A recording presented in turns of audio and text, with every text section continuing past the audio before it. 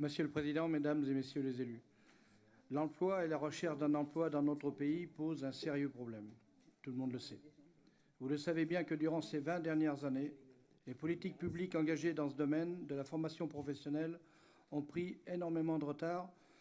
Les TPE, PME, les artisans, commerçants, qui sont déjà alourdis par des charges fiscales et administratives importantes, ne peuvent plus recruter des personnes en formation ou des personnes peu qualifiées.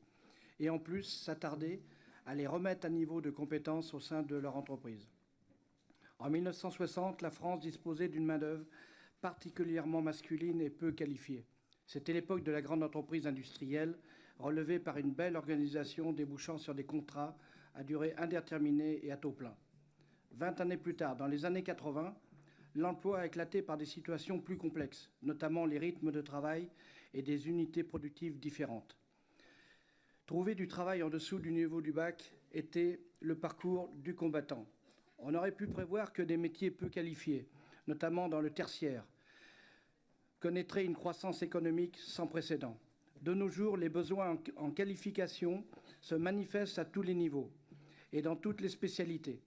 Malgré l'évolution de la demande et le renouvellement lié à la pyramide des âges sur le marché du travail, le chômage subsiste et ne cesse d'augmenter. Le fossé ne cesse de se creuser dans cette période de transition entre l'école et l'entreprise, précarisant ainsi le statut social du salarié. On remarque que les métiers porteurs, notamment dans le bâtiment, cela a été dit tout à l'heure, ne font plus recette. Par exemple, l'industrie et le BTP, notamment qui est en pleine crise, qui recrutent, ne trouvent pas assez de personnel qualifié dont ils ont besoin, tout comme dans l'enseignement supérieur, les filières scientifiques sont délaissées au profit de d'autres, plus attractives, mais dont on sait qu'elles débouchent le moins souvent sur un travail. Face à de tels paradoxes, on a comme l'impression que l'heure n'est plus qu'aux solutions toutes faites. On peut se poser la question si la mobilité va régler les problèmes de l'emploi. Vous l'avez cité, Madame, tout à l'heure concernant la mobilité, mais on sait très bien les travers qu'il peut y avoir dans ce domaine-là si on ne fait pas gaffe. Le mondialisme, pourtant redouté par la population, va-t-il régler le problème de l'emploi par des mobilités successives? La mutation géographique d'un salarié va certes régler sa situation personnelle à court terme, mais ne sera pas un vecteur de croissance en berne dans notre pays.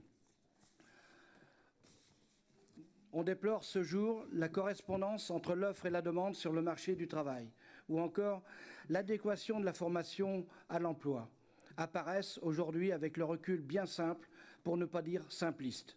Comment gérer des désajustements dont les causes sont aussi diverses? Attractivité des filières, mutation économique, fuite des salariés vers d'autres secteurs, désajustement géographique entre pôles d'emploi et pôles de résidence.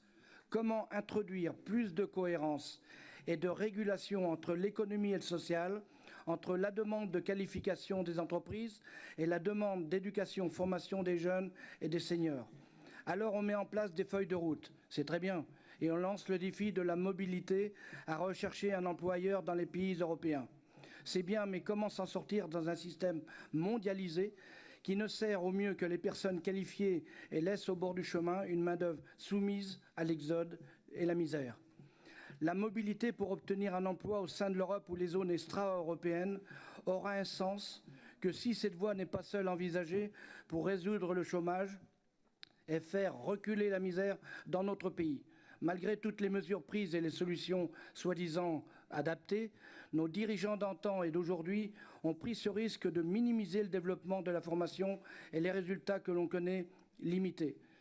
Que dire des 43 milliards engloutis là-dedans? Je fais référence aux 500 000 formations, comme ça a été dit aussi, de François Hollande, avec de faibles résultats par rapport à la somme engagée. Notons que le fossé ne va pas cesser de se creuser, un risque de voir dans un proche avenir notre économie s'effondrer, faute de développement économique durable. Absence de main-d'œuvre qualifiée, une économie en suspens dans notre pays qui va, et nous ne le souhaitons pas, qui laissera sur le carreau des millions de personnes supplémentaires en recherche d'emploi. Néanmoins, par le travail qui est fait au niveau de cette commission. Notre groupe votera favorablement cette délibération par l'engagement qui est fait, de telle façon à aller au-devant des jeunes pour leur donner un boulot, une formation, et qu'on ne puisse pas les laisser par terre quand même. Je vous remercie de m'avoir écouté.